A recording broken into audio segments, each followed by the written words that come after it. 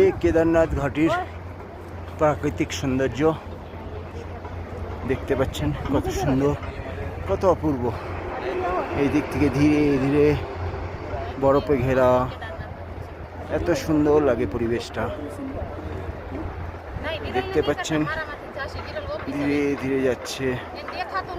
এটা হচ্ছে পুরো কেদারনাথ ঘাটির সম্পূর্ণ চিত্র। আপনারা দূরে জুম করলে দেখতে পারবেন লাইন। এই দেখুন, এ হচ্ছে লাইন চলছে কেদারনাথ মন্দিরের। এটা প্রায় 3 কিলোমিটার। এই দেখুন, এটা হচ্ছে লাইন। 3 কিলোমিটার দূর থেকে লাইন দিয়েছে। দেখুন লাইন দেখতে পাচ্ছেন, এখান থেকে ঠিক এই জায়গা থেকে লাইন লেগেছে। দেখুন ঠিক এই জায়গা থেকে লাইন শুরু হচ্ছে, ধীরে ধীরে যাচ্ছে, বাড়ছে বাড়ছে বাড়ছে বাড়ছে। ওপর লাইনটা দেখুন, ওপর লাইনটা বেড়ে বেড়ে যাচ্ছে না। ও দেখুন, একটা ব্রিজ দেখা যাচ্ছে, আপনি এখান থেকে দেখা যাবে। হ্যাঁ, ব্রিজ দেখা যাচ্ছে। ওই ব্রিজটা ক্রস করে দেখুন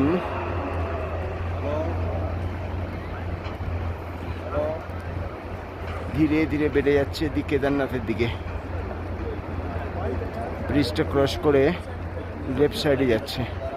এই দেখুন ভিড় কোথায় বেরোচ্ছে, ধীরে ধীরে ধীরে ধীরে। দেখুন ওই হেলিপ্যাড গ্রাউন্ড, হেলিপ্যাড যারা হেলিপ্যাডে আসে, ধীরে ধীরে আগে বেড়ে যাচ্ছে। দিয়ে মন্দিরটা এখনও এখান থেকে 2 কিলোমিটার দূরে, লাস্টে মন্দির। এখান থেকে দেখা যাচ্ছে না মন্দির, যদিও মন্দির দেখা যাচ্ছে না, কিন্তু ঠিক ওই দেখুন হপ্পরের চূড়াটা দেখা যাচ্ছে, ফ্ল্যাগটা নড়ছে, সেইটা মন্দির। তো কতটা লাইন চিন্তা করুন আসছে, এইভাবে লাইন আসছে। যারা আসবেন অবশ্যই টাইম নিয়ে আসবেন। মোটামুটি 4 থেকে 5 ঘন্টা লাইনে খাড়া হতে হবে আপনি যদি বাবা কেদারনাথের দর্শন করতে চান। আর প্রাকৃতিক সৌন্দর্য তো অপরিসীম। চারিদিকে বরফ পড়ে আছে দেখুন, চারিদিকে বরফ পাহাড়ের। একটু আমি তাড়াতাড়ি ঘোরাচ্ছি তাই দেখতে অসুবিধা হয়তো হচ্ছে, কিন্তু দেখুন প্রচণ্ড পাহাড়ে। তাও বরফ কম আছে, তার জন্যে মন্দির খোলে। ঠিক আছে, এইদিকে দেখুন সব চারিদিকে বরফ। দেখতে থাকুন।